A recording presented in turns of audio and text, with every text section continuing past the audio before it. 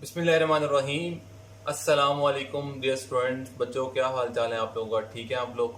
और कैसी जा रही है आप लोगों की एमडी कैट की तैयारी? बढ़िया जा रही है या परेशान हैं आप लोग? अगर परेशान हैं तो तब भी ठीक है, बढ़िया जा रही तब भी ठीक है, क्योंकि परेशान होंगे तो आप बढ़िया की तरफ जाएंगे ना। और जो लोग बढ़िया के लेवल में पहुंच गए हैं उन्होंने वहाँ पे जाके रेस्ट में नहीं आ जाना। वहाँ पे आप लोगों ने जो है वो फर्दर एफर्ट करनी है कि इस बढ़िया से भी बहुत अच्छा हो सके, बहुत बढ़िया हो सके। और जो लोग जो है वो परेशानी में हैं वो जल्द से जल्द इस परेशानी से बाहर आके अपनी अच्छी परफॉर्मेंस के अंदर आ जाएं। और मैं अप्रिशिएट करता हूँ तमाम स्टूडेंट्स को जिनका टेस्ट स्कोर जो है वो 40 में से 38 प्लस जा रहे हैं या 35 प्लस जा रहे हैं। So keep moving.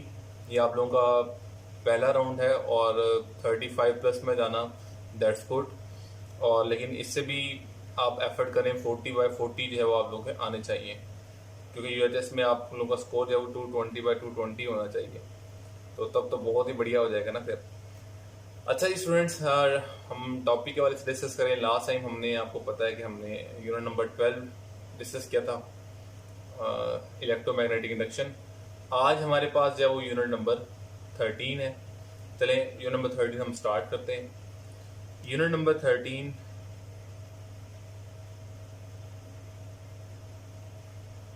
Unit number 13 unit number 13 students हमारे पास जो है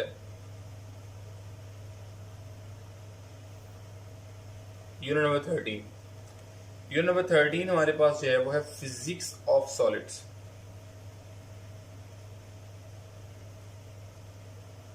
फिजिक्स ऑफ सॉलिड्स। आज हम जो है फिजिक्स ऑफ सॉलिड्स को डिस्कस करेंगे। यहाँ पे स्टूडेंट देखें, हमारे पास जो है फिजिक्स ऑफ सॉलिड्स में आपको पता है क्लियरली कि यहाँ हम सॉलिड मटेरियल्स की प्रॉपर्टीज़ को डिस्कस करते हैं, जहाँ जिसमें हमने मटेरियल की मैकेनिकल, इलेक्ट्रिकल और मैग्नेटिक प्रॉपर्टीज़ को बड़ा ब्रीफली आप लोगों ने सेकेंड ईयर के जो है वो सिलेबस में कवर अप किया होगा। यहाँ पे हमारे पास यूएचएस के सिलेबस के अंदर यहाँ से कंप्लीट चैप्टर नहीं है। यहाँ पे कुछ टॉपिक्स, कुछ नहीं, मोस्टली टॉपिक जो हैं चैप्टर के लिए गए हैं। जैसा कि मैं आप लोगों को यहाँ पे बता रहा हूँ, पहले जो यहाँ पे टॉपिक यहाँ पे यूएचएस ने मेंशन किया, that is stress and strain and young models. Stress, strain and young models. Number 2 tensile, और आपको पता है ये इसकी टाइप ही है, tensile, stress and strain. Number 3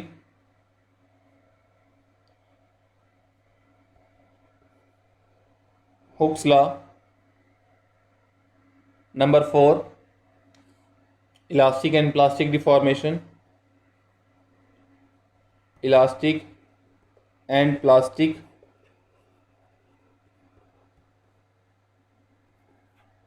deformation, strain energy,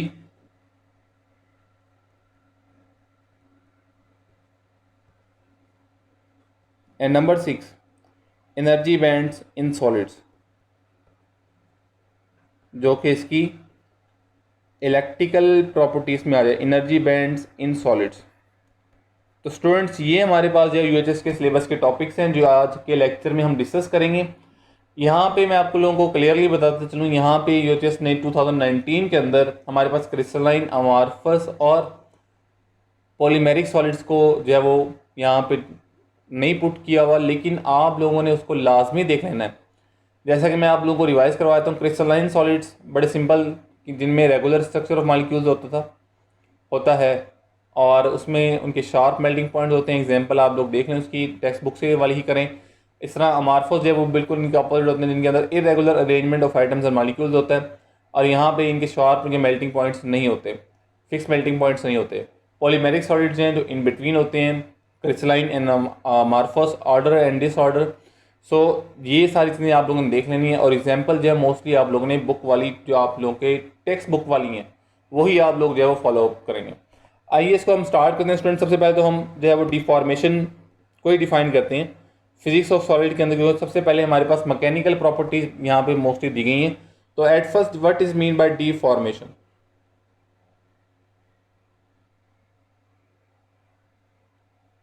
deformation deformation mean change in length,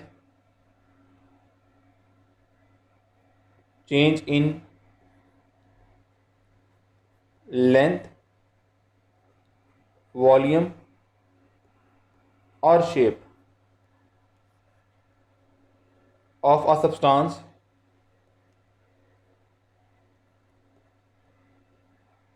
under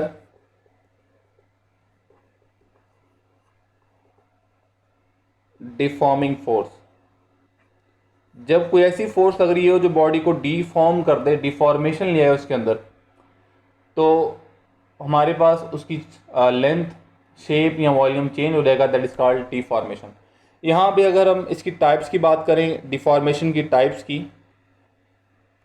types of deformation, तो यहाँ हमारे पास जो 3 टाइप्स हैं। Number 1 elastic deformation. Elastic deformation elastic deformation temporary deformation है। बॉडी अपनी पोजीशन जो है वो अपनी ओरिजिनल शेप, वॉल्यूम या लेंथ अचीव कर रहा है। नेक्स्ट जो है वो प्लास्टिक डिफॉर्मेशन है। प्लास्टिक डिफॉर्मेशन परमानेंट डिफॉर्मेशन है। इलास्टिक जो है टेम्परेरी,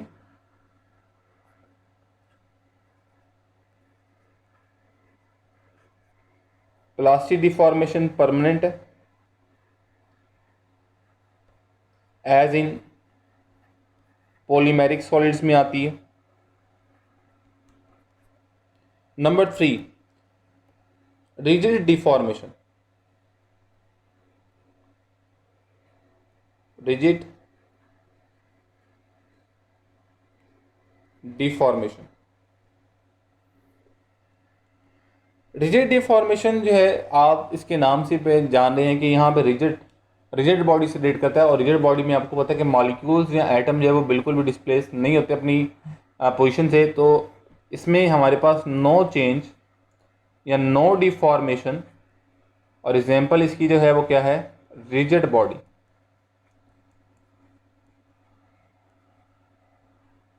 अब यहाँ पे स्टूडेंट हम इन्हीं टाइप से रिलेटेड टर्म्स को डिस्कस कर लेते हैं। आपको पता है यहाँ पे हमारे पास जो डिफॉर्मेशन की टाइप यूज हुई हैं, इलास्टिक एंड प्लास्टिक, इसी से हम जो है वो 2 टर्म्स निकालते हैं, elasticity and plasticity.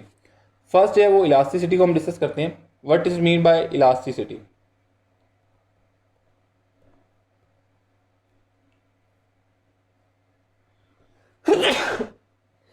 Elasticity, if a substance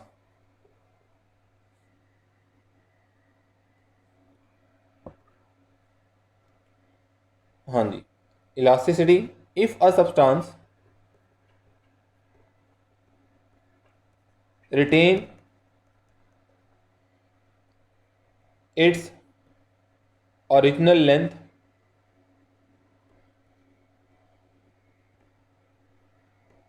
its original length, shape, तो बार बार इरेजर यूज करना पड़ रहा है हमें। Original length, shape and volume after deformation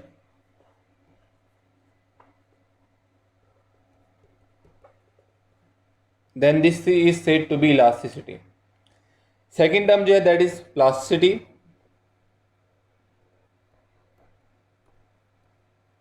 plasticity, if a substance does not retain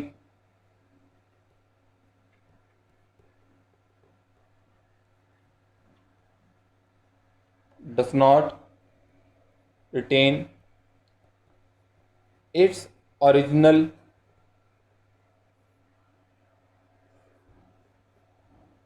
length, shape and volume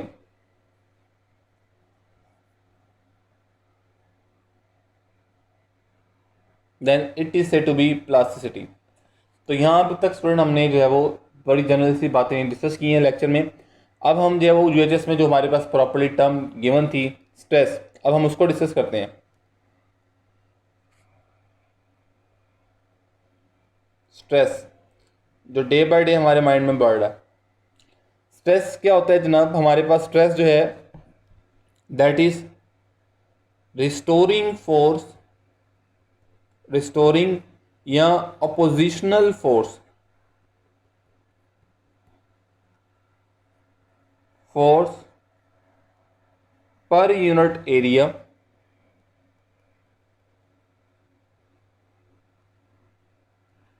of a substance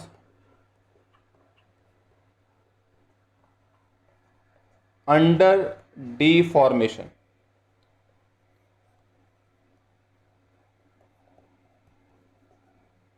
हाँ जी, restoring force की वजह से होता है। यहाँ पे हमारे पास ये फार्मूला की अगर हम बात करें तो यहाँ पे इसका फार्मूला जो है, और फिर मैं इसको ज़रा प्रेशर से भी आप लोगों को बताता हूँ ये प्रेशर और इसमें क्या डिफरेंस है। इसका फार्मूला, इसका सिंबल जो है वो इसका, इससे हम डिनोट करते हैं stress. Stress is equal to restoring force per unit area. इसकी अगर हम नेचर की बात करें, it is a scalar. Units की बात करें तो इसके यूनिट हमारे पास होते हैं newton per metre square, pascal, joule per metre cube, ये हमारे पास जो इसके यूनिट होते हैं। अगर अब मैं इसको डिफ्रेंशिएट करूं प्रेशर से, या प्रेशर से, स्ट्रेस और प्रेशर में क्या डिफरेंस होता है? स्ट्रेस सिंपली हमारे पास जो है that is restoring force per unit area, while pressure is applied force per unit area होता है। स्ट्रेस को हम मोस्टली डिस्कस करते हैं इन सॉलिड्स। स्ट्रेस जो है वो सॉलिड्स में होता है, प्रेशर जो है वो फ्लूइड्स के अंदर होता है। और एक चीज और, हमारे पास प्रेशर जो है that is always perpendicular to the surface. Pressure जो है वो परपेंडिकुलर टू द सरफेस होगा, जबकि स्ट्रेस जो है at any direction, at any direction to surface, ये किसी भी डायरेक्शन में हो सकता है, परपेंडिकुलर भी हो सकता है, पैरेलल भी हो सकता है, किसी एंगल पे भी हो सकता है। तो स्ट्रेस में ये प्रॉपर्टीज आ जाएंगी जो हम प्रेशर से डिफ्रेंशिएट कर सकते हैं। इसके बाद हम डिस्कस करते हैं स्टूडेंट इसकी टाइप्स जो हमारे पास बुक के अंदर भी हैं। फर्स्ट ऑफ ऑल टेंसाइल, इसको टेंसाइल को लॉन्गिट्यूडनल भी बोलते हैं। और यहाँ पे एक बहुत ही कंफ्यूजिंग वर्ड जो है वो यहाँ पे मैं आप लोगों के साथ डिस्कस कर दूँ। आपकी बुक में दो टर्म्स यूज हुई हैं सेम टाइम। एक है कंप्रेसिव, कंप्रेसिव जो है वो रिलेट करता है हमारे पास टेंसाइल से, कंप्रेसिव टेंसाइल से। हाँ, दूसरी टर्म जो ये दैट इज कंप्रेशन, और कंप्रेशन जो है वो रिलेट करती है विद वॉल्यूमेट्रिक से। यहाँ टेंसाइल की अगर हम बात करें तो अगर स्ट्रेस जो है, stress changes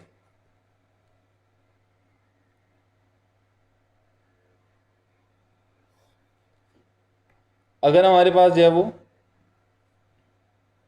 change in length आए, चेंज इन लेंथ से रिलेट करता है ये। नंबर टू वॉल्यूमेट्रिक और कंप्रेशनल। अब आप लोग सोच रहे होंगे सर कंप्रेसिव भी तो उसी सेंस में आ रहा है, ये वॉल्यूम की सेंस ही दे रहा है। Actually what is made by this? देखिए स्टूडेंट, मैं आपको कंप्रेसिव यहाँ पे जो है डिफाइन कर दूँ। लेट से यू हैव अ वायर, ये आपके पास एक वायर थी, इसकी लेंथ यहाँ पे L है और इसका रेडियस या इसका डायमीटर जो है वो आपको यहाँ पे क्लियर नजर, लेट से इट इज इट्स डायमीटर, ये इसका डायमीटर है। आपने इसको डिफॉर्म किया बाय अप्लाइंग डिफॉर्मिंग फोर्स, आपने इसकी लेंथ को जो है वो चेंज कर दिया। जब याद रखें, जब आप इसकी लेंथ को चेंज करेंगे ना, तो इसका रेडियस या इसका डायमीटर जो है वो चेंज हो जाएगा। अब जो इसकी न्यू लेंथ आएगी that is L dash and it's new diameter is D dash. याद रखें कि यहाँ पे इन दोनों का product L into D and L dash D dash, or you can say that volume remains same। तो यहाँ पे वॉल्यूम जो है वो कांस्टेंट है, it is called compressive stress. Volumetry की बात करते हैं कंप्रेशनल, जिसमें वॉल्यूम चेंज हो जाएगा अगर हम डिफॉर्मिंग फोर्स अप्लाई करते हैं। Deforming force changes in volume. Number 3, shear,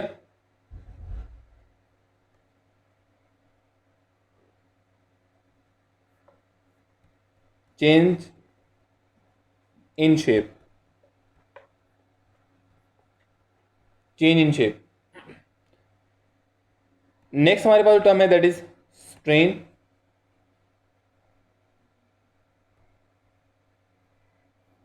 measurement of deformation या degree of deformation, measurement of deformation, measurement of deformation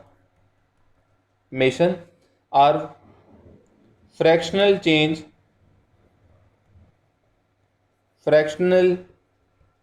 change in length,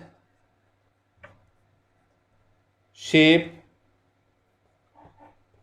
और वॉल्यूम। और अगर हम इसके फार्मूला को देखें तो इसका फार्मूला जो है हमारे पास,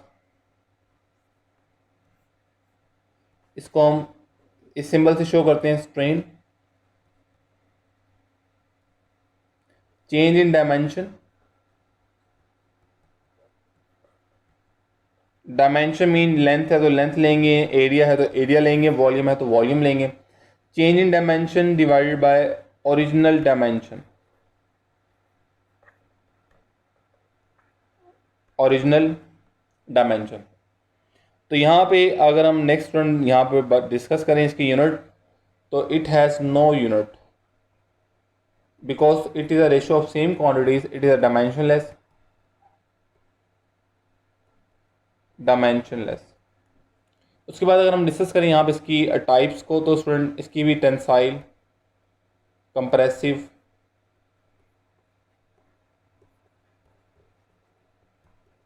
it is related with the length, and no doubt E is equal to delta L over L. Number 2, volumetric or compressional, it is related with the volume,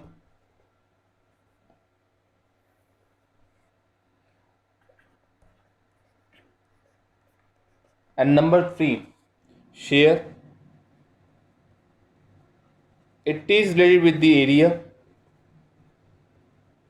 del A over A। और यहाँ पे बड़ी important बात, हम इसको जो है वो एंगल थीटा से भी मेजर करते हैं, थीटा, और हम इसको गैमा से भी डिनोट करते हैं। What is this theta and gamma? देखें हमारे पास अगर रिलेटिव से एक बॉडी है और ये उसकी जो है वो दैट इज़ ओरिजिनल शेप, ये एक बॉडी है, ये इसकी ओरिजिनल शेप है, और आपने इसके ऊपर डिफॉर्मिंग फोर्स अप्लाई करके इसकी शेप को चेंज कर दिया। लेट मी से you applied a force here, और इसकी जो न्यू शेप है वो कुछ इस तरह से हो गई है जिस तरह मैं यहाँ बना रहा हूँ।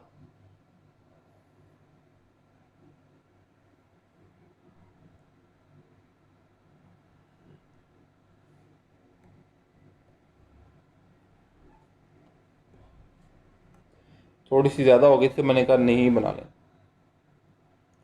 ये ठीक है। हाँ जी, अब इसकी शेप जो है वो चेंज हो गई विद सम एंगल थीटा, ये अपनी पोजीशन से डिस्प्लेस हो गया एंगल थीटा। ये देखें, that is delta x and this is L. ये जो एंगल है इसी को हमने जो है वो शेयर स्ट्रेन कहा। What is this angle? It is called shear angle. Shear angle क्या होता है? Angle through which a body displace from its original position, angle through which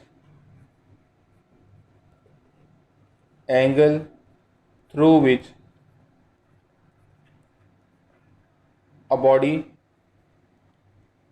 changes its shape without changing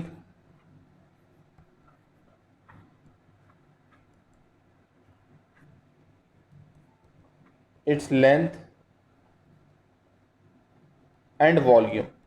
याद रखिए यहाँ पे length और volume जो है वो कांस्टेंट ही रहेंगे, लेकिन जस्ट क्या चीज चेंज होगी, शेप चेंज होगी हमारे पास। तो it is called shear angle and very important to note that कि tan theta approximately equal to theta, और ये थीटा जो है ये याद रखें थीटा इज़ इन रेडियन।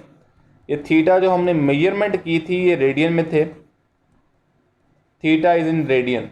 यहाँ पे आपके पास ये भी आ सकता है कि जी बताएं जी हमारे पास जो है वो स्ट्रेन शेयर स्ट्रेन के अंदर थीटा की यूनिट क्या है, डिग्री है, आपको पता है रेवोल्यूशन है या रेडियन है, तो कौन से होंगे? रेडियन होंगे। या डेल्टा ऑप्शन आपके पास ऑल ऑफ दिस का हो सकता है।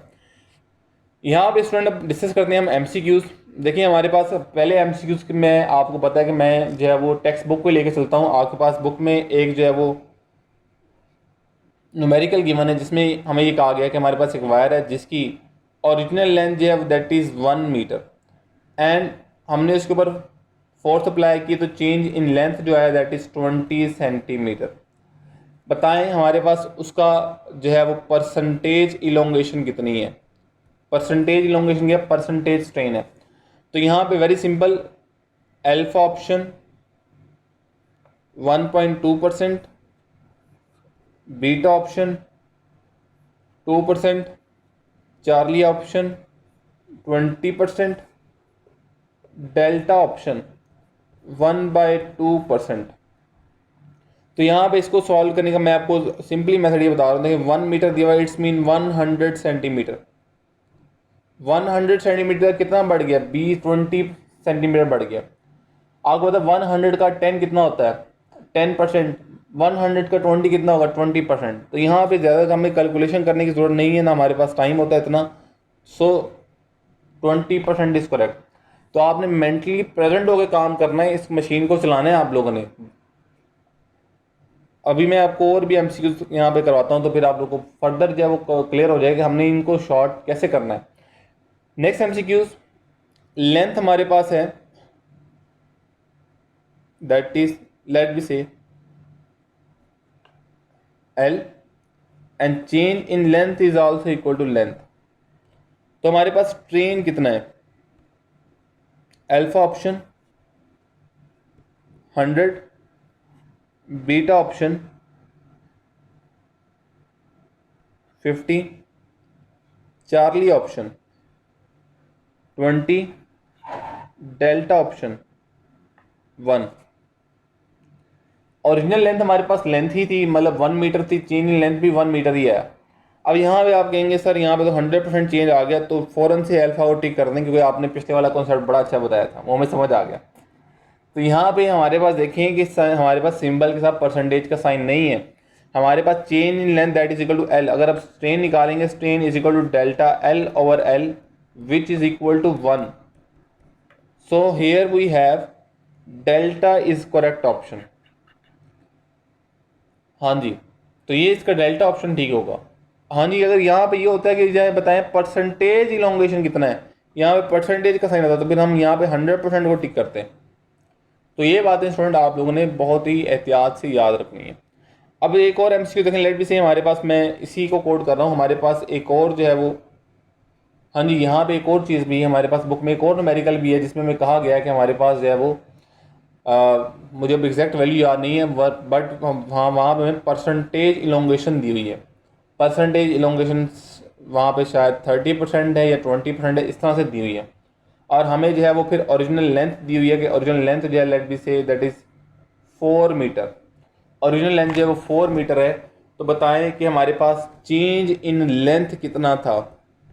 तो स्टूडेंट इसको भी आप लोग जो है वो करेंगे खुद कि ये हमने कैसे ड्राइव आउट करना है, और इसको शॉर्ट फॉर्म में करना है आपने। नेक्स्ट हमारे पास हमने यहाँ तक डिस्कस किया डियर स्टूडेंट्स स्ट्रेन और उससे रिलेटेड एमसीक्यू स्ट्रेस स्ट्रेन। हाँ, यहाँ पे अब हम नेक्स्ट हमारे पास जो है सारी बात इलास्टिक कांस्टेंट्स हैं। इलास्टिक कांस्टेंट्स को अब हम यहाँ पे डिस्कस करते हैं। Elastic constants,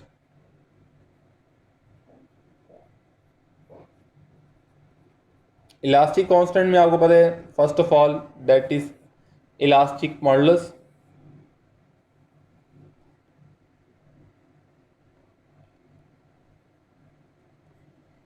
elastic modulus,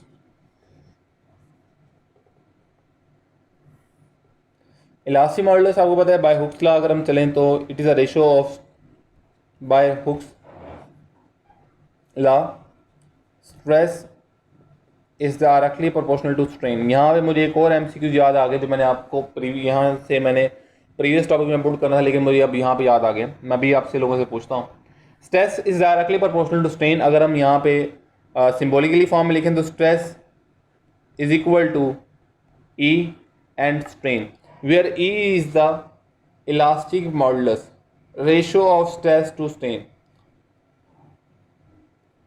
elastic modulus, और ये आपको पता है इट इज़ प्रोपोर्शनैलिटी कांस्टेंट।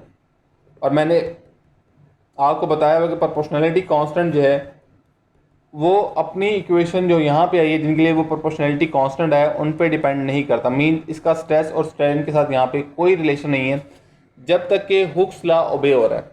तो इसकी डिपेंडेंस की अगर हम बात करें तो इसकी डिपेंडेंस जो है वो दो चीज़ों पे होती है। इसकी डिपेंडेंस हम फार्मूला से नहीं बता सकते। इसकी डिपेंडेंस जो है नंबर वन मटेरियल से होती है कि कौन सा मटेरियल और सब्सटेंस आप यूज़ करें। नंबर टू टेम्परेचर के साथ होती है। टेम्परेचर, टेम्परेचर के साथ इसका कैसा रिलेशन होता है? टेम्परेचर के साथ वैसे तो इसका इन्वर्स रिलेशन होता है। इन्वर्स इसलिए ऐसे होता है जब भी आप किसी सॉलिड को जो है वो हीट अप करना स्टार्ट करते हैं तो आपको पता है कि उसके अंदर हमारे पास जो कोहेसिव फोर्सेज हैं वो वीक हो जाती हैं। कोहेसिव फोर्स होने की वजह से हम उसको जो है वो ईजीली जो है वो इलास्टिसिटी में ला सकते हैं, मतलब हम उसमें चेंज ला सकते हैं। यहाँ पे देखें, यहाँ पे स्ट्रेस जब हम हीट देंगे तो यहाँ पे उसके ऊपर स्ट्रेस जो है वो हमारे पास कम होगा और इलास्टिक मॉडुलस जो है उसका डिक्रीज होगा। चेंज उसमें खुद ब खुद ज़्यादा आएगा कोहेसिव फोर्सेस वीक होने की वजह से। तो यहाँ पे इलास्टिक मॉडुलस का टेम्परेचर के साथ जो है वो इन्वर्स रिलेशन। लेकिन एक बात बड़ी इंपॉर्टेंट कि फॉर पॉलीमर्स या for polymeric solids, for polymeric solids ये रिलेशन ब्रेक होता है और इलास्टिक मॉडुलस का टेम्परेचर के साथ जो है वो डायरेक्ट रिलेशन होता है क्योंकि वो और रिजिड हो जाते हैं। तो ये बातें आप लोगों ने याद रखनी है। यहाँ पे अगर हम इसकी यूनिट की डिस्कस करें तो इसके यूनिट जो हैं वो newton per metre square, pascal, joule per metre cube, same as stress होते हैं। तो ये सारी चीज़ें आप लोगों ने यहाँ से याद रखनी है स्टूडेंट्स। ये हमने बात की इलास्टिक मॉडुलस की। और यहाँ पे हमारे पास जो है वो मैं पहले आपको एमसीक्यूज बता दूँ, मुझे बहुत हो रहा है कि कहीं एमसीक्यूज रह ना जाए आप लोगों का। एमसीक्यूज ये है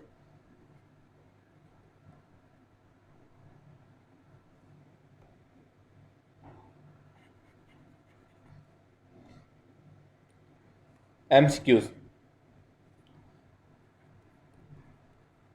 stress in a body comes alpha option after strain,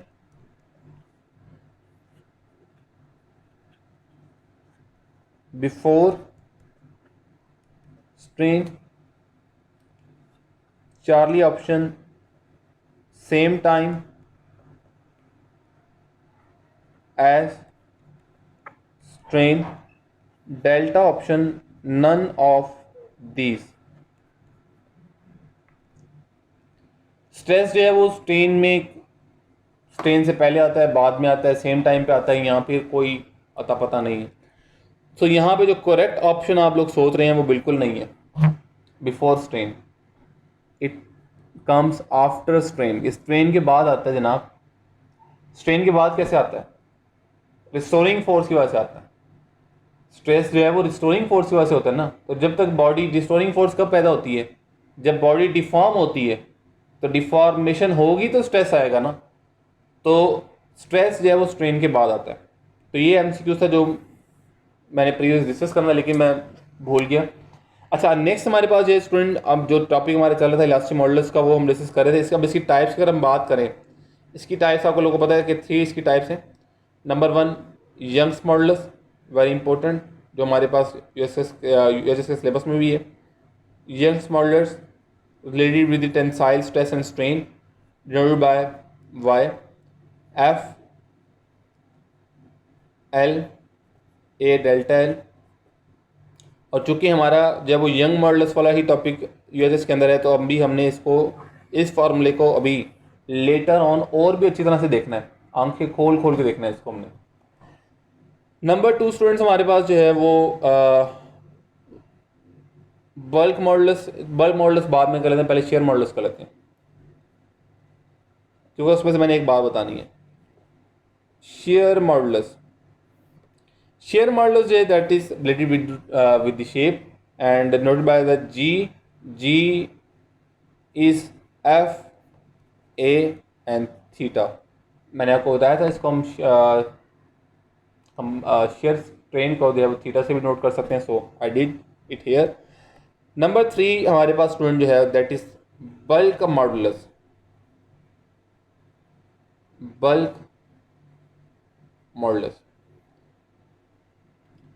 एक तो आज बार बार जो है पता नहीं रेजर क्यों यूज़ करना पड़ा मुझे।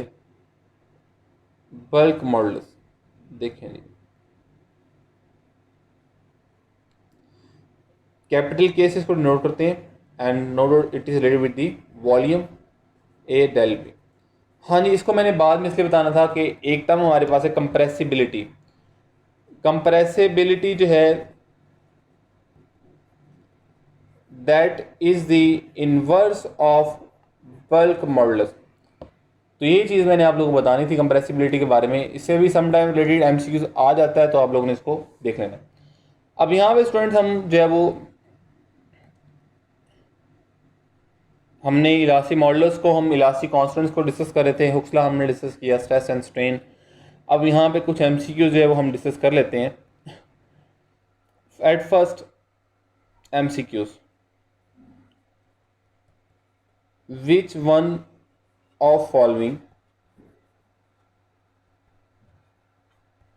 is more elastic?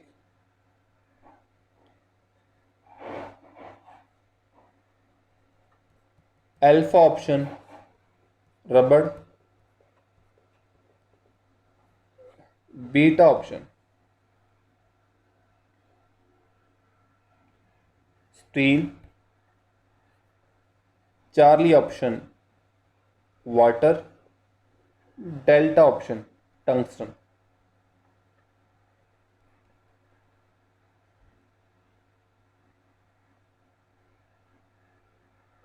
टंगस्टन। तो बताएं हमारे पास इनमें से सबसे ज़्यादा इलास्टिक कौन सा है? अगर आपके माइंड में रबड़ है तो रबड़ इसका करेक्ट ऑप्शन नहीं है। इलास्टिक होने का मतलब ये नहीं कि हम जिसको जो है वो बार बार इजीली खींच सकें, दैट इज़, यहाँ पे इस सेंस में इलास्टिक नहीं है। और जिनका कंसेप्ट रबड़ वाला क्लियर है, ज़ाहिर बात है वो स्टील को टिक करेंगे, तो यहाँ पे स्टील भी नहीं है। वाटर का तो नो डाउट ही नहीं होगा, क्योंकि स्टील जो है वो सॉलिड है और वाटर जो है वो लिक्विड है। टंगस्टन यहाँ पे स्टूडेंट्स करेक्ट ऑप्शन है। नाउ हाउ, पहले तो रबड़ वाला कॉन्सेप्ट यूज क्लियर करते हैं। देखिए, इलास्टिक मॉडल्स का मतलब ये होता है, हमारे पास इलास्टिसिटी का मतलब ये होता है, यहाँ इलास्टिसिटी का मोर इलास्टिक मॉडल्स, मोर इलास्टिक मॉडुलस। मोर इलास्टिक मॉडुलस मीन्स कि जिसके अंदर चेंज कम आएगा, यानी कि स्ट्रेन कम होगा और स्ट्रेस क्या होगा, ज़्यादा, वो हमारे पास जब मोर इलास्टिक होगा। तो द हेयर इज टंगस्टन। रबड़ वाला तो बिल्कुल भी नहीं हो सकता, क्योंकि उसमें चेंज बहुत ज़्यादा आता है। हाँ, यहाँ पे एक बार हम इससे भी रिलेटेड एमसीक्यूज निकालें कि इनमें फॉलोइंग में से कौन सा ऐसा है जिसमें चेंज जो है वो बार बार आ सकता है या ज़्यादा चेंज आ सकता है। मैक्सिमम चेंज जो आ सकता है वो रबड़ के अंदर आ सकता है, लेकिन यहाँ पे हमने डिसीजन मोर इलास्टिक, तो मोर इलास्टिक जो है जिसमें चेंज सबसे कम आ सकता है हेयर इज टंगस्टन। और जिनके माइंड में स्टील था, हाँ जी स्टील के अंदर भी चेंज ज़्यादा आता है, लेकिन टंगस्टन एक ऐसा मटेरियल है जिसमें इससे भी ज़्यादा आता है। अब हमें कैसे पता चलेगा? हमारी बुक में इससे नेक्स्ट पेज पे जहाँ पे स्ट्रेस स्ट्रेन कर्व बनी हुई है, जहाँ पे हमसे जो है वो व्हील्ड स्ट्रेंथ व्हील्ड वायर का ग्राफ बना हुआ है, वहाँ पे उससे ऊपर टेबल दिया हुआ है जिसके अंदर कुछ वैल्यूज गिवन है। तो वहाँ पे अगर आप लोग देखें तो टंगस्टन एलो उसके जो है वो स्टील के नीचे है, और उसकी इलास्टिक मॉडल उससे ज़्यादा है, यंग मॉडल उसका ज़्यादा है। तो खैर यहाँ पे आप लोगों ने ये सारी वो टेबल बड़ा अच्छा गौर से आप लोग ने, डायमंड जो है उसका सबसे ज़्यादा होता है, ये भी मैं आपको बता दूँ। उसके बाद देखिए नेक्स्ट स्टूडेंट हमारे पास जो है वो यहाँ से रिलेटेड और MCQs के हमारे पास ratio of Young modulus of aluminium to bulk modulus of aluminium कितनी होगी, ये भी MCQs आ सकता है। अब आप लोग सोच रहे होंगे सर ये तो ना कोई वैल्यू गिवन है, डायरेक्ट हमारे पास आ गए, ये भी आपको टेबल देखना पड़ेगा। एंड यू नो कि यहाँ पे हमारे पास पता क्या है, यहाँ पे हमारे पास दोनों की वैल्यू सेम है। So here ratio is 1:1। यहाँ पे ज़्यादा कैलकुलेशन की जरूरत नहीं है, दोनों का यंग मॉडल्स और बल्क मॉडल्स सेम है।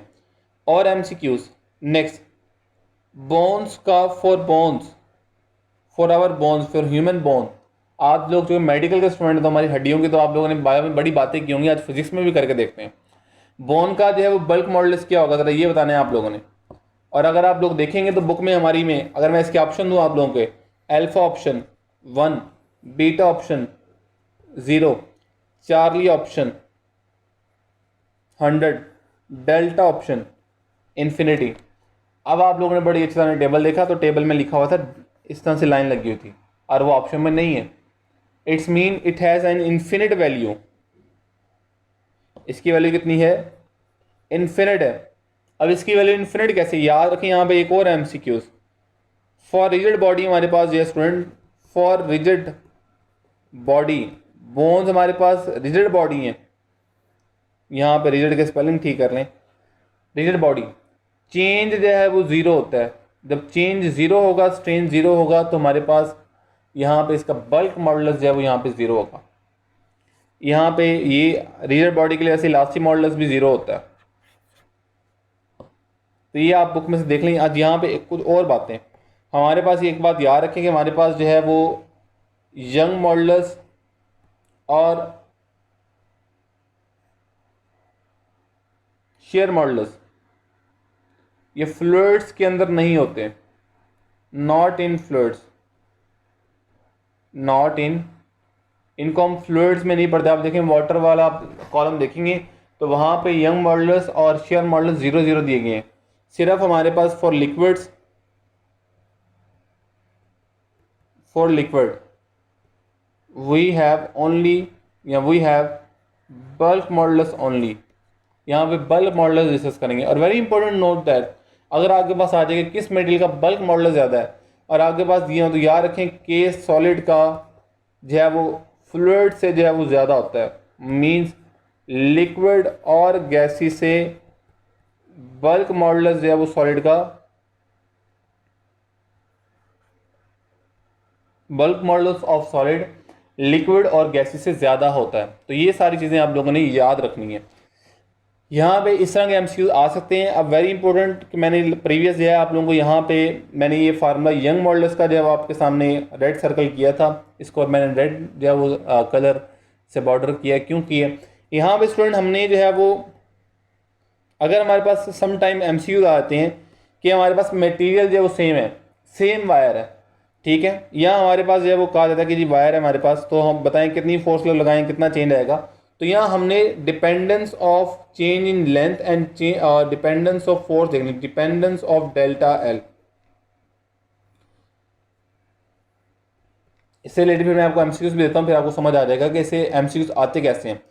डिपेंडेंस ऑफ डेल्टा एल, देखिए हमारे पास फार्मूला क्या था, y is equal to F L A delta L. Delta L की यहाँ से वैल्यू निकालें, delta L is equal to हमारे पास डेल्टा एल आ जाएगा students F L A Y. तो यहाँ से y हमारे पास मटेरियल का कांस्टेंट है, इसको आप रहने दें। नंबर 1 डेल्टा एल का फोर्स के साथ डायरेक्ट रिलेशन, जितनी फोर्स लगाएंगे उतना चेंज इन लेंथ भी ज़्यादा होगा। नंबर 2, डेल्टा एल का ओरिजिनल लेंथ के साथ डायरेक्ट रिलेशन, मतलब एक वायर जो है वो आपके पास सेम डायमीटर सेम लेंथ की है, it is of 1 metre, and this wire of same diameter and it is of 2 metre. तो किसमें चेंज इन लेंथ ज़्यादा होगा? अगर इसमें डेल्टा L1 है तो डेल्टा L2 है, तो जारी बात है, अंडरस्टूड सी बात है, delta L2 is greater than delta L1। Number 3, हमारे पास चेंज इन लेंथ का एरिया के साथ जो है वो इन्वर्स रिलेशन, एरिया का मतलब है कि इसके रेडियस के स्क्वायर के साथ और डायमीटर के साथ भी इन्वर्स रिलेशन होगा। अब इसका एक एमसीक्यू देखते हैं, फिर आप लोगों को फर्दर इसमें जो है वो इंटरेस्ट सा पैदा हो जाएगा। एमसीक्यूज क्या है स्टूडेंट? हमारे पास जो है वो 4 वायर्स दी गई हैं। Following are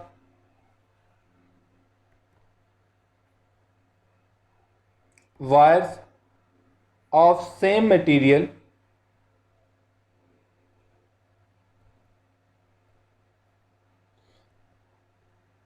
in which wire delta L is maximum। आज मैं शॉर्ट फॉर्म में एमसीक्यू लिख रहा हूँ क्योंकि मैं चाह रहा हूँ कि एक ही लेक्चर के अंदर ये यूनिट हमारा कंप्लीट हो जाए, तो ये आपने थोड़ा सा अकोमोडेट कर लेनी है, एडजस्टमेंट कर लेनी है। हाँ जी, यहाँ पे हमारे पास पहली वायर दी गई स्टूडेंट 50 सेंटीमीटर इन लेंथ। यहाँ पे लेंथ भी लिख दूँ इसकी मैं, फिर आप लोग कहेंगे सर 50 सेंटीमीटर लिखा हुआ है सारा। हाँ जी, अल्फा ऑप्शन लेंथ है जी 50 सेंटीमीटर, और डायमीटर जो है यहाँ डायमीटर कर लेते हैं, डायमीटर इसका है 0.5 मिलीमीटर। और स्टूडेंट यहाँ पे बीटा ऑप्शन हमारे पास जो है that is length is 100 centimetre and diameter is 1 millimetre. Charlie option length जो है that is 200 centimetre and diameter is 2 millimetre. Delta option length है जी 300 centimetre and diameter is 3 millimetre. और आप लोगों ने बताना है कि इसमें चेंज इन लेंथ किसमें ज़्यादा होगा। अब जब आपके सामने ऐसा एमसीक्यूज आएगा तो आप लोग जो है वो देखेंगे अब इसको सॉल्व कैसे करना है, और इसके लिए आप लंबे चौड़े फार्मूले जो है वो खोल के बैठ जाएंगे और रफ वर्क में आप पेजेस भर देंगे। लेकिन यहाँ पे देखिए हमारे पास क्या फार्मूला था, चेंज इन लेंथ का लेंथ के साथ डायरेक्टली प्रोपोर्शनल रिलेशन था, तो हमने फ़ौरन से डेल्टा को टिक किया, भाई ये सबसे लंबी वायर है क्योंकि सर ने प्रीवियस ही बताया था। तो भाई मैंने ये भी लिखा हुआ नीचे कि इसका रेडियस के स्क्वायर और डायमीटर के स्क्वायर के साथ इन्वर्स रिलेशन है। तो हम आपको पता है कि हमारे पास जो इन्वर्स वाला स्क्वायर का वाला रिलेशन होता है वो ज़्यादा इफेक्टिव होता है। अब चेंज इन लेंथ का रेडियस के स्क्वायर के इन्वर्सली प्रोपोर्शनल रिलेशन है, तो मतलब जिसका रेडियस कम होगा या डायमीटर कम होगा, यहाँ डायमीटर कर लेते हैं जनाब, जिसका डायमीटर जितना कम होगा उसमें चेंज इन लेंथ क्या होगा उतना ही ज़्यादा। सो हेयर जो येलो वाला ऑप्शन ऊपर आप लोगों को दिख रहा है, ये वैसे मैंने खुद नहीं चाहा था कि ऐसा हो, लेकिन हो गया, ये वाला ऑप्शन जो है इसका करेक्ट है। तो स्टूडेंट इस तरह के एमसीक्यू आपके पास हो सकते हैं। अब दूसरी चीज़ हमने यहाँ पे डिपेंडेंस ऑफ डेल्टा एल की बात की, अब यहाँ पे हम डिस्कस करेंगे डिपेंडेंस ऑफ फोर्स। कितना फोर्स चाहिए, डिपेंडेंस ऑफ फोर्स। इसके लिए भी स्टूडेंट फार्मूला वही है, y is equal to F L A delta L, F is equal to Y A delta L over L. हाँ जी, यहाँ से रिलेशन देखें, फोर्स का एरिया के साथ डायरेक्ट रिलेशन, मतलब के रेडियस के स्क्वायर के साथ और डायमीटर के स्क्वायर के साथ, मतलब जितना थिक वायर होगा, एक वायर ये है एक वायर ये है, दोनों का लेंथ सेम है, जितना थिक वायर होगा फोर्स भी ज़्यादा चाहिए होगा। अगर इसके लिए फोर्स F1 चाहिए, इसके लिए फोर्स F2 चाहिए, तो F2 is greater than F1।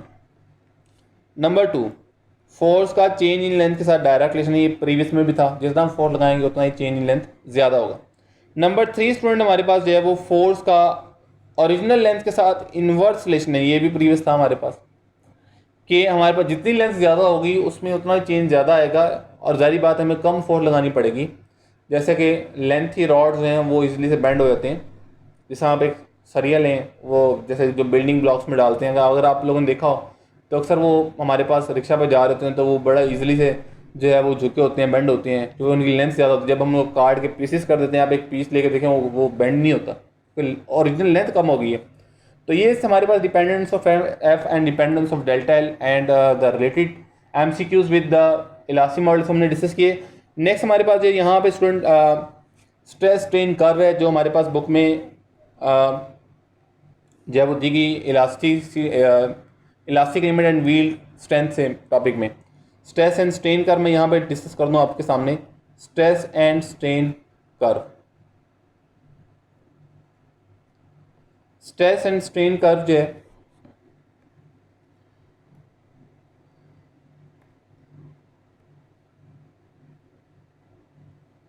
Stress and strain curve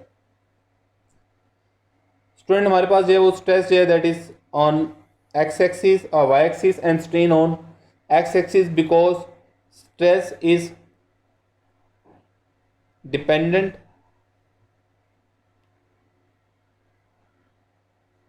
and strain is independent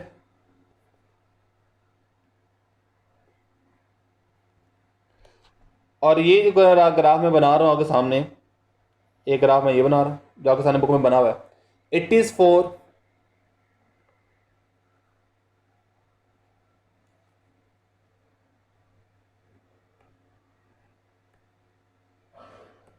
बाद में करेंगे। अच्छा जी, एक ग्राफ ये बना हुआ है आपके पास और एक ग्राफ मैं बना रहा हूं,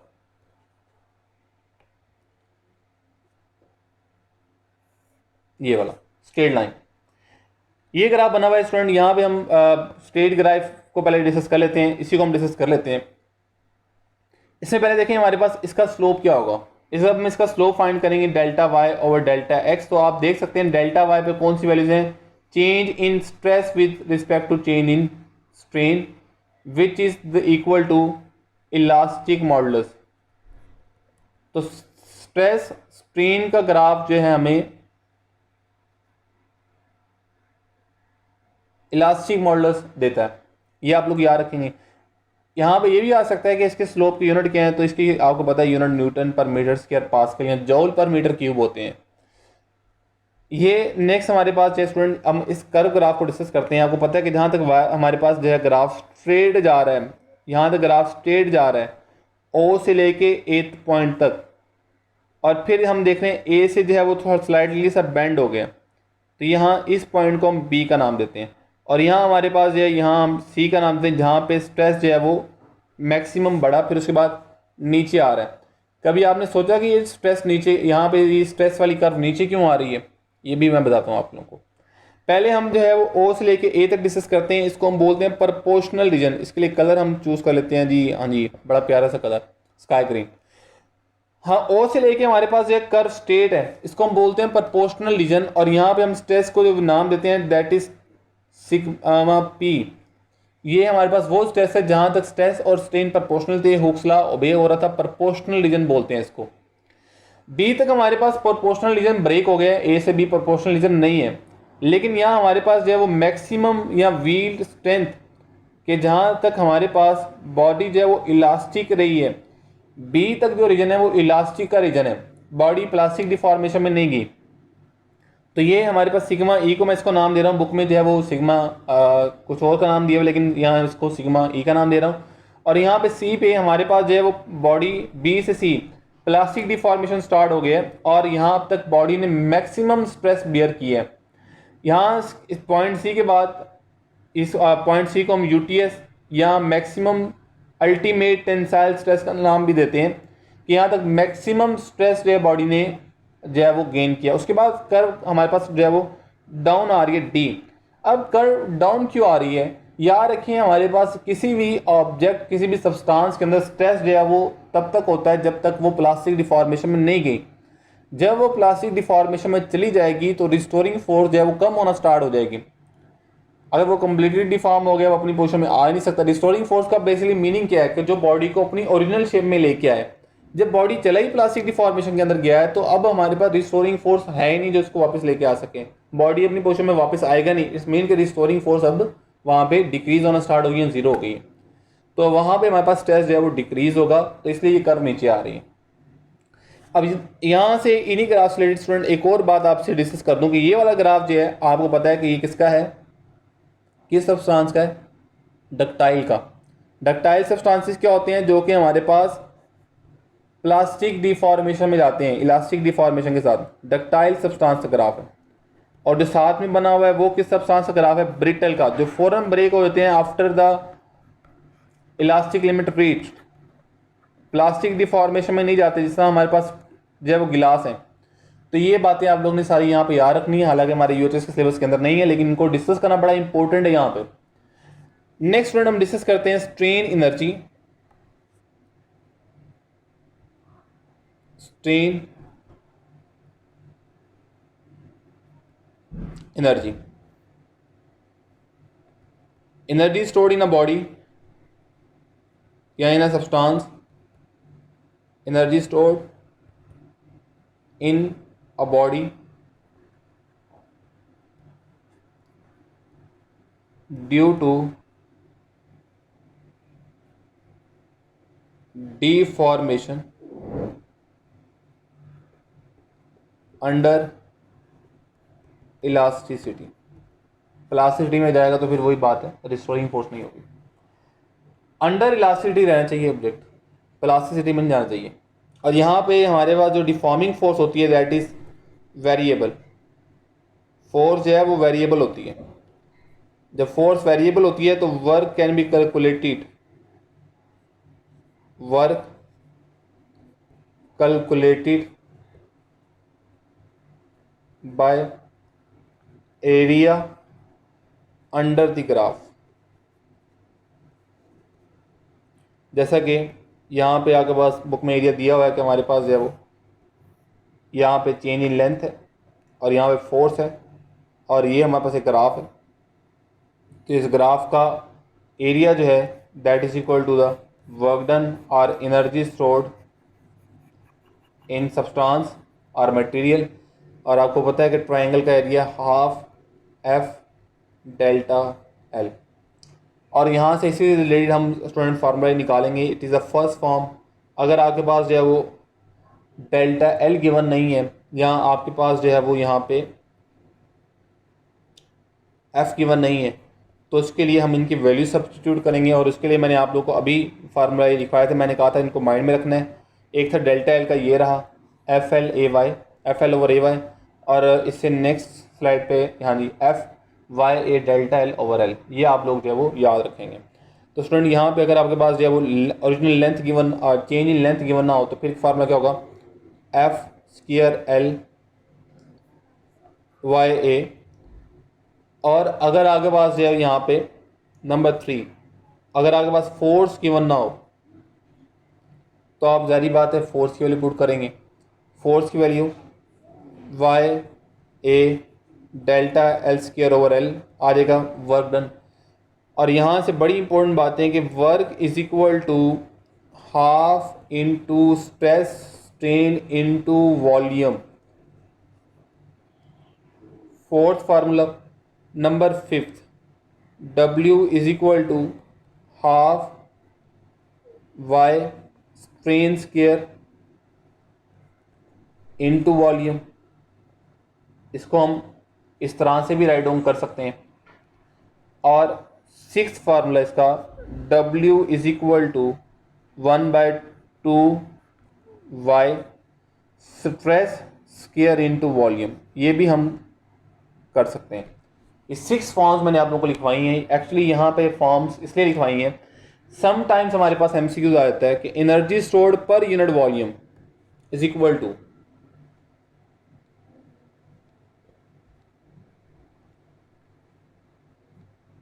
energy stored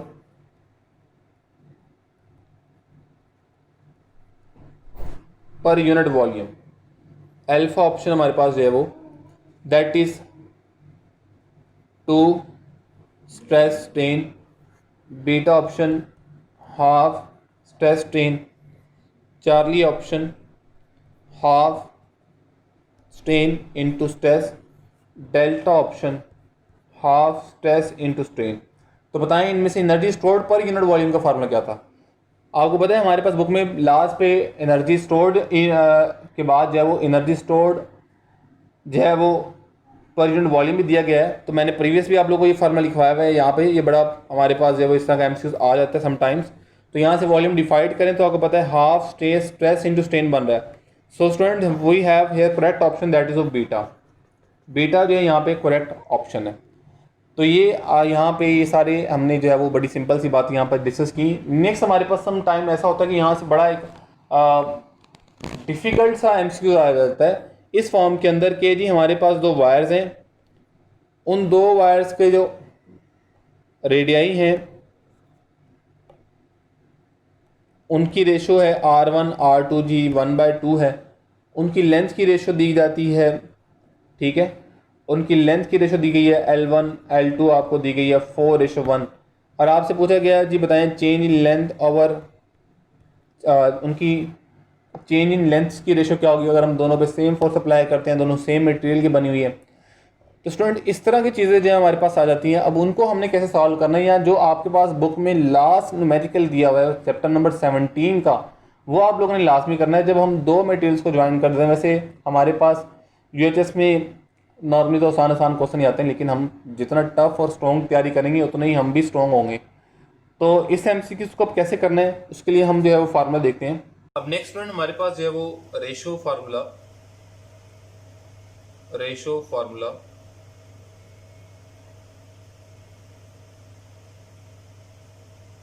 for identical material wire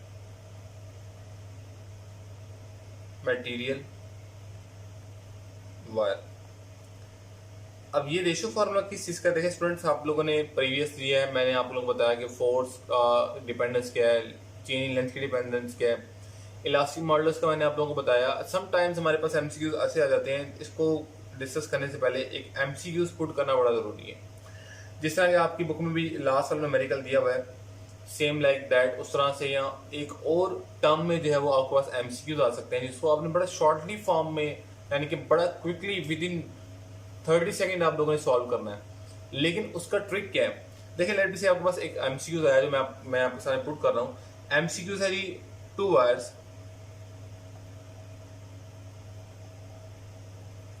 of same material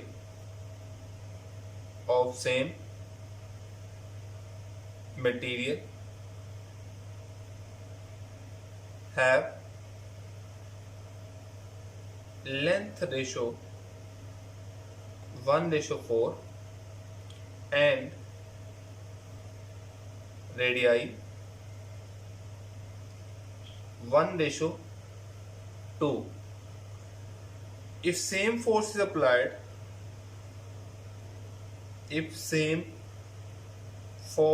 is applied, then the ratio of their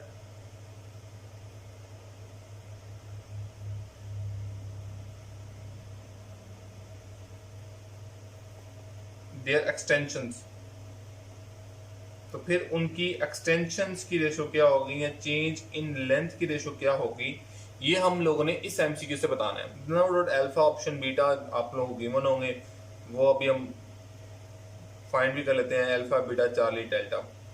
but देखने से ये एमसीक्यूज बड़ा हमें जो है वो लेंथी लगता है। डाटा हमारे पास जो है वो अगर आप लोग देखें तो अब यहाँ फोर सेम है, तो अब हमारे पास रेशो लेंथ की गिवन है, रेडियाई गिवन है। फिर आप यंग मॉडल्स की तरफ जाएंगे तो यंग मॉडल्स की अगर बात करें तो यहाँ पे अगर आप लोगों ने गौर किया हो तो यहाँ पे बात हुई है सेम मटेरियल की। It's mean their Young modulus are elastic moduli are same. अब यहाँ पे हमने शॉर्ट फॉर्म में इसको कैसे सॉल्व करना है, इसका हम देखें। हमारे पास जो गिवन है ना y1 y2, हम इसी को लेके चलते हैं। Elastic young models y1 y2, young models का सिंपल फार्मूला तो आप लोगों को याद है ना, हमारे पास क्या था, F1 L1 over A1 delta L1, और दूसरी साइड पे F2 L2 A2 delta L2।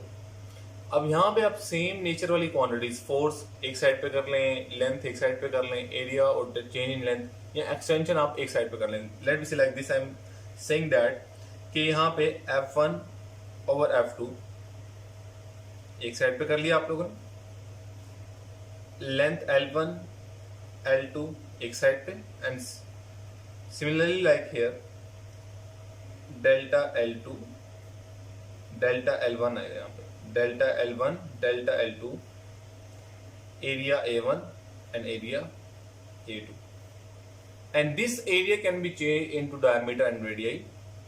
Let me say like this, delta L1 delta L2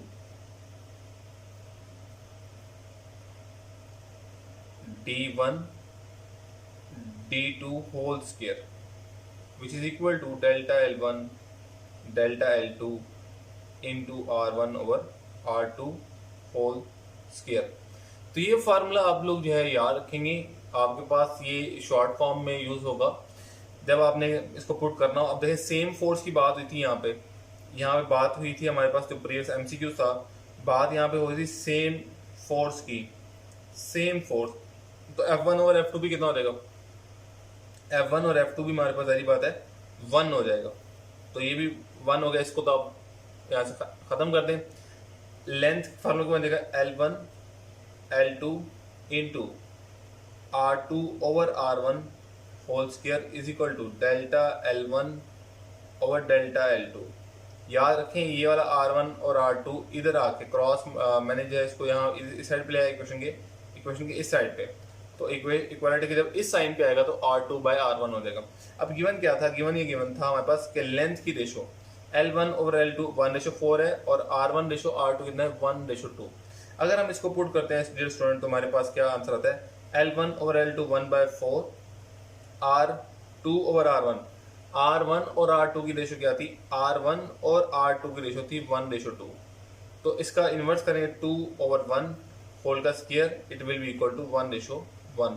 तो उनमें एक्सटेंशन की रेशो जो है 1:1 होगी, यानी कि दोनों में सेम एक्सटेंशन होगी।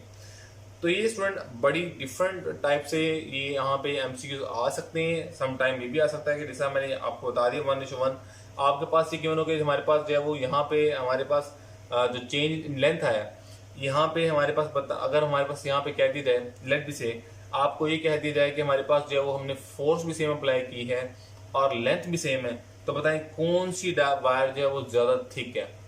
तो देखें अगर आपको कहा गया कि delta L1 over delta L2 की रेशो, लेट भी से मैं कह रहा हूँ कि 1:8 है, ठीक है, तो आपसे पूछा जाए यहाँ पे बताएं कौन सी वायर थिक है। जाहिर बात है जिसकी में एक्सटेंशन कम हुई है और यहाँ चेंज इन लेंथ देखें, डेल्टा L1 डेल्टा L2 अगर आप लोग निकालें तो delta L1 is equal to delta L2 by 8। Delta L1 में एक्सटेंशन जो है L2 के कंपैरेटिवली 8 टाइम्स कम हुई है। इस मीन के डेल्टा L1 जो चेंज आया है फर्स्ट वायर के अंदर, उसका डायमीटर जो है वो ज्यादा है, उसका रेडियस जो है वो ज्यादा है। तो ये चीजें सारी इस यहाँ से आ सकती हैं, तो ये सारी चीजें बड़ी केयरफुली आप लोगों ने देखनी है। ये था हमारा यूनिट नंबर 13, लेकिन लास्ट ईयर यूएचएस ने इसके अंदर थोड़ी सी एडिशन ये की कि यहाँ पे स्टूडेंट्स उन्होंने जो है वो एनर्जी बैंड थ्योरी का टॉपिक भी जो है वो इंक्लूड कर दिया। Energy band theory, energy band theory, energy band theory के अंदर आप लोगों को पता है कि हमारे पास जो न्यूक्लियस होता है, न्यूक्लियस के अराउंड हमारे पास जो है वो इलेक्ट्रॉन्स होते हैं शेल्स के में जो रिवॉल्व कर होते हैं around the nucleus, and you know it very well they have a specific amount of energy. इन तमाम की एनर्जी वो फिक्स होती है। तो यहाँ पे ये जो है वो डिस्क्रीट लेवल बना रहे हैं एनर्जी का, डिस्क्रीट मतलब स्पेसिफिक लेवल ऑफ एनर्जी। लेकिन जब हम इनको जो है वो एक स्ट्रक्चर के अंदर पुट करते हैं तो हमारे पास जो है वो हमारे पास इन इलेक्ट्रॉन्स की ओवरलैपिंग होती है विद द नेबरिंग एटम्स। और अगर हम बात करें आउटर मोस्ट इलेक्ट्रॉन के, तो जारी बात है वो सबसे ज्यादा इफेक्ट होते हैं। तो यहाँ पे हमारे पास जो डिस्क्रीट एनर्जी लेवल है वो किसमें शिफ्ट होता है, बैंड के अंदर शिफ्ट होता है जब हम एक स्ट्रक्चर को देखते हैं। तो उसको आपको पता है कि यहाँ हमारे पास जो है वो डिफरेंट बैंड, मैं यहाँ पे ज़्यादा चीज़ें इसलिए बताना चाह रहा था कि आप लोग इसको बुक में से देखें, मैं यहाँ पे जस्ट टर्म को हाईलाइट कर रहा हूँ, बाकी काम आप लोगों को खुद है। यहाँ पे आपको पता है कि यहाँ हमारे पास जो है वो valence band, valence band, conduction band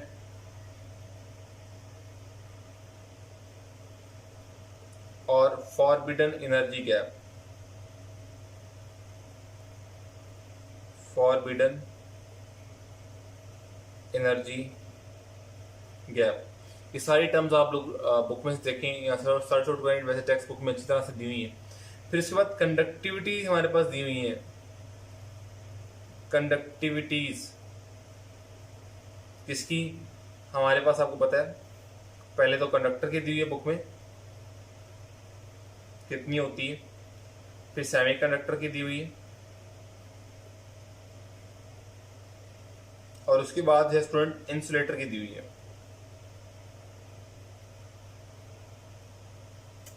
और यहाँ से ये सारी चीज़ें आप लोगों ने पीटीपी की बुक से जब सर्च आउट करनी है। उसके अलावा स्टूडेंट्स हमारे पास जो है वो, अगर हम बात करें, हमारे पास 3 टाइप्स के मेटल आ गए, कंडक्टर आ गए, सेमी कंडक्टर आ गए और इंसुलेटर आ गए। कंडक्टर वो होते हैं जिनमें आपको पता है कि हमारे पास वैलेंस बैंड और कंडक्शन बैंड ओवरलैपिंग कर रहा होता है। सेमी कंडक्टर वो होते हैं जिनके में गैप होता है बिटवीन, लेट मी से, मैं इनको थोड़ा सा ब्रीफ कर दूं। बाकी कंडक्टर्स, कंडक्टर्स में आपको पता है कि इसमें हमारे पास वैलेंस बैंड और कंडक्शन बैंड, ये वैलेंस बैंड और कंडक्शन बैंड जो है वो ओवरलैपिंग में होते हैं। ये वाइट वाला मैं कंडक्शन बैंड बना रहा हूँ, तो ये हमारे पास जो है वो ओवरलैपिंग में होते हैं।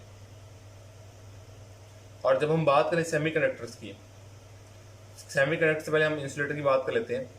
इंसुलेटर में हमारे पास जो है वो, अगर हम इन्हीं बैंड्स की बात करें तो वैलेंस बैंड और कंडक्शन बैंड में ह्यूज गैप होता है।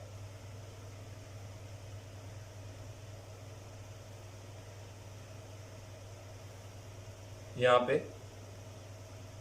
a large gap which is 6 to 9 electron volt का होता है। हमारे पास बुक में वैसे सेमीकंडक्टर का तो दिया हुआ है, लेकिन यहाँ पे आप लोग इंसुलेटर का भी वैसे बाय चांस याद रख लें। वैसे होता ऐसा नहीं है, क्योंकि अब थोड़ा सा लास्ट ईयर के अगर हम पेपर्स देखें तो हमारे पास मोस्टली एमसीज वही होते हैं जो बुक में से आते हैं। तो सेमीकंडक्टर का डिस्कस किया जाए,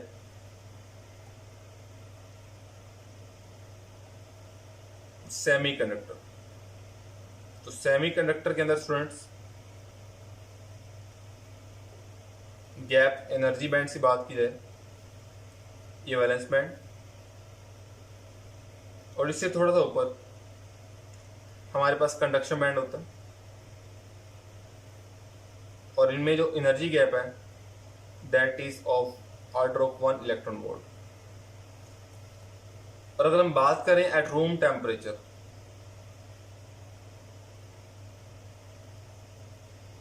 एट रूम टेम्परेचर, ये आपके पास कंप्लीट पैराग्राफ जो है वो लास्ट पे दिया गया है सेमीकंडक्टर के अंदर के। हम जो है वो, अगर हम इनको देखते हैं below the low room temperature at a very low temperature they behave like an insulator. अगर हम इनको जो है वो ले आते हैं रूम टेम्परेचर पे, तो वो एज ए सेमीकंडक्टर बिहेव करते हैं, उनके अंदर फ्री इलेक्ट्रॉन्स प्रोड्यूस हो जाते हैं। और अगर हम जो है वो इनको टेम्परेचर बढ़ाते हैं तो हमारे पास जो है वो टेम्परेचर के साथ इनकी कंडक्टिविटी जो है वो बढ़ती है, इनकी कंडक्टेंस जो है यहाँ बढ़ती है। तो ये सारी चीज़ें आप लोगों ने बुक से देख लेनी है। और यहाँ पे सेमीकंडक्टर की टाइप्स की बात करें, आपको पता है 2 टाइप्स के हमारे पास सेमीकंडक्टर होते हैं। कौन कौन से? एन टाइप और पी टाइप? बिल्कुल भी नहीं, वो एक्सट्रिंसिक की टाइप है। इंट्रिंसिक होते हैं और एक्सट्रिंसिक होते हैं। इंट्रिंसिक आपको पता है they are in pure form, pure form silicon और जर्मेनियम, एक्सट्रिंसिक या इम्प्योर फॉर्म, और हमारे पास जो डोपिंग के बाद जो आते हैं impure doped semiconductor which are known as N type and P type. N type P type का बिहेवियर सारा आप लोगों को पता है। एन टाइप में हमारे पास जो है वो हम पेंटावलेंट इम्प्योरिटी को ऐड करते हैं, सिलिकॉन और जर्मेनियम के आउटर मोस्ट शेल में 4 इलेक्ट्रॉन्स होते हैं। आप मुझसे बेहतर केमिस्ट्री जानते हैं, वैसे तो केमिस्ट्री मुझे इतनी नहीं आती जितनी आप लोगों को आती होगी। तो हमारे पास जो है वो सिलिकॉन के साथ अगर हम पेंटावलेंट ग्रुप को ऐड करते हैं तो that result into N type, और अगर हम जो है वो सिलिकॉन को 4th ग्रुप के साथ ऐड करते हैं, और सॉरी 3rd ग्रुप के साथ, 4th ग्रुप का तो ये इटसेल्फ खुद है, तो ये हमारे पास जो है वो पी टाइप सेमीकंडक्टर देते हैं। और यहाँ पे बड़ी इंपॉर्टेंट बात कि आप लोगों ने इनके जो एलिमेंट्स हैं वो आप लोगों ने लाजमी देख लेने हैं, क्योंकि समटाइम्स हमारे पास मोस्टली एमसीक्यू यही सारे होते हैं कि जी बताएं अगर हम जो एल्यूमिनियम को ऐड करेंगे सिलिकॉन के साथ या इस तरह से सो तो आपको इनके एलिमेंट्स लाजमी याद होने चाहिए। फिर यहाँ पे डोनर का कॉन्सेप्ट, डोनर कौन है, एक्सेप्टर कौन है, ये भी सारी चीज़ें आप लोगों को पता है, ठीक है। इसमें डोनर, ये एक्सेप्टर, तो ये सारे आप लोगों ने अच्छी तरह से देख लेने हैं। बहरहाल यहाँ तक हमारा जो है यूनिट नंबर 13 कंप्लीट हो गया। आई होप कि आप लोगों को सारी बातें यहाँ तक समझ आ गई होंगी, और keep watching and sharing my YouTube channel. Thank you so much. अल्लाह हाफिज़।